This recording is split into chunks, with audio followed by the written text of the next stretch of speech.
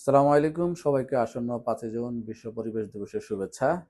আর বিশ্ব পরিবেশ দিবসে পরিবেশ এবং জলবায়ু এবং স্বাস্থ্য নিয়ে কাজ করা গ্রিন হেলথ নামক অর্গানাইজেশনের জন্য সর্বোচ্চ শুভেচ্ছা রইল আমাদের পক্ষ থেকে।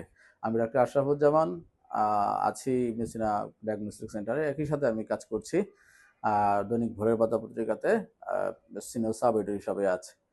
আহ, এই বিশ্ব পরিবেশ দিবস উপলক্ষে আমার পক্ষ থেকে কিছু আহ, আহ, বক্তব্য আমি দিতে চাই। সেটা হচ্ছে, একজন সদস্য একজন করে গাছ লাগাবেন, বা একজন মানুষ এই দিবস উপলক্ষে অন্তত একটি করে গাছ লাগাবেন।